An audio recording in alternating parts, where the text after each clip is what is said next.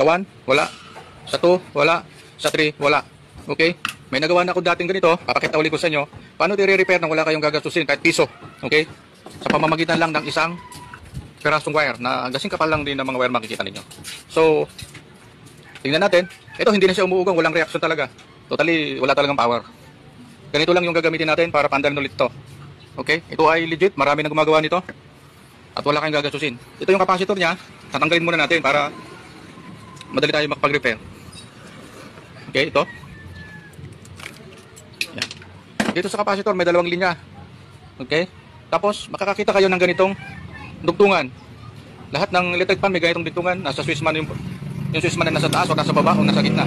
Isa lang yung dugtungan na makikita nyo na ganito. Kaya hindi kayo malilito.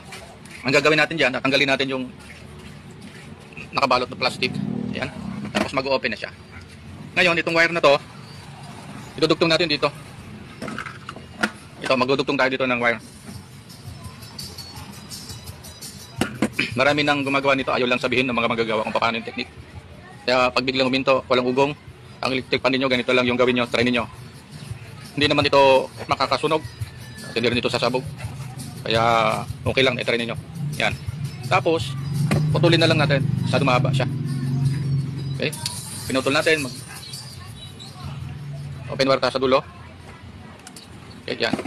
Tapos dito, magtatap tayo sa isang line ng kapasitor. Susubukan natin dito sa kabila.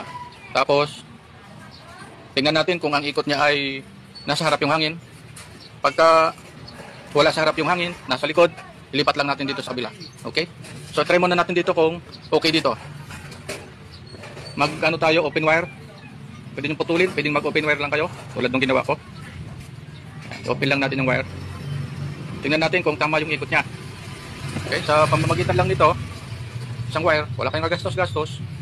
Pag dinala nyo yan sa manggagawa, sa nag-repair, ganito lang din ang gagawin sa inyo. Okay, sasabihin sa inyo ay sira ang motor. Sira nga naman talaga ang motor, kaya lang kaya pa siyang i-repair ng walang gastos. Yan, okay, yan.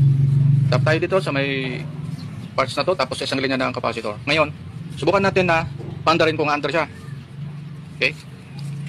Ito, saksak natin. Yan. Nagsaksak siya.